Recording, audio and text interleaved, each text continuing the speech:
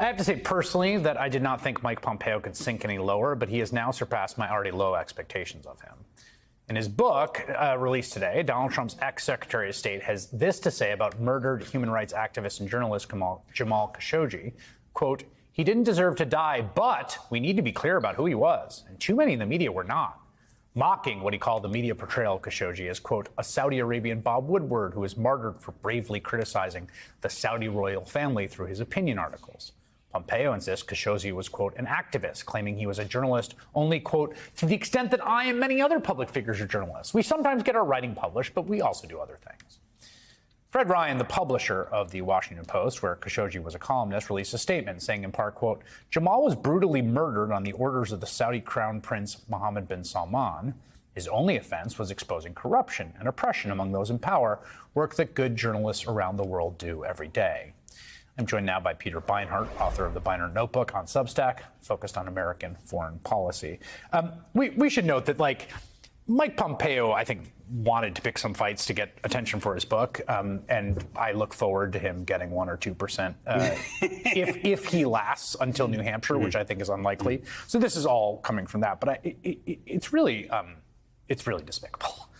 Yeah, and it is. And it really is telling about Pompeo, because one of the things you have to remember about Pompeo, he was one of the biggest anti-Muslim bigots in Congress. In 2013, after the Boston Marathon bombing, he basically accused Muslim leaders across the country of being complicit, lied and said they hadn't disavowed it. So what does that have to do with this?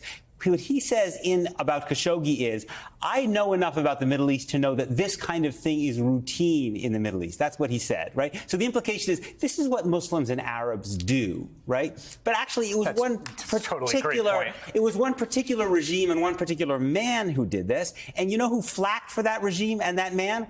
Mike Pompeo. When Congress froze arms sales to Saudi Arabia after Khashoggi's death, Pompeo invoked an emergency, saying that we had to sell them $8 billion because it was a national security emergency. So he's essentially upset at Khashoggi because Khashoggi wasn't willing to buckle under to the Saudis like he was. That's a great point. And we should note here, of course, that the Biden administration has hardly covered itself in glory on the relationship with Saudi Arabia. There was the notorious fist bump, the kind of harsh rhetoric, which then gives way to realpolitik because gas prices are high, and then you're going to visit him, and it's the same thing we've seen a million times. Yes. But the level of supplicants of Mike Pompeo, the American firsters, Kushner, Trump, Pompeo, to the Saudis was unlike anything I've ever seen in my career coming foreign policy.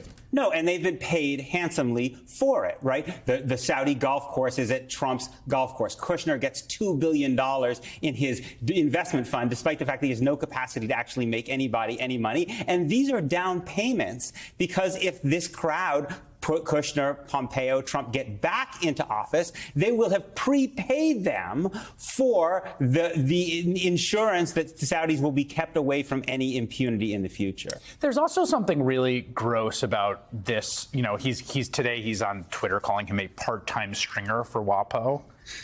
I know it's really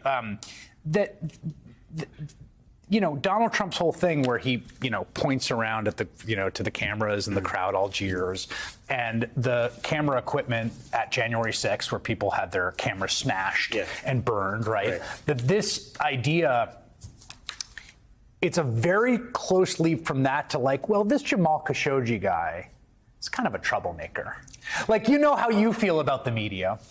Maybe there's some people in Saudi who feel that way too. Right. That's a subtext of this whole thing. Right. And also, he's only an opinion journalist. He's not as if the Trump administration had so much respect for other kinds of journalists, right? That they have been hostile to press freedom across the board, right? And for Pompeo to suggest that he's somehow equivalent to Mike Pompeo because his press secretary wrote him an op-ed now and then, it's just ridiculous.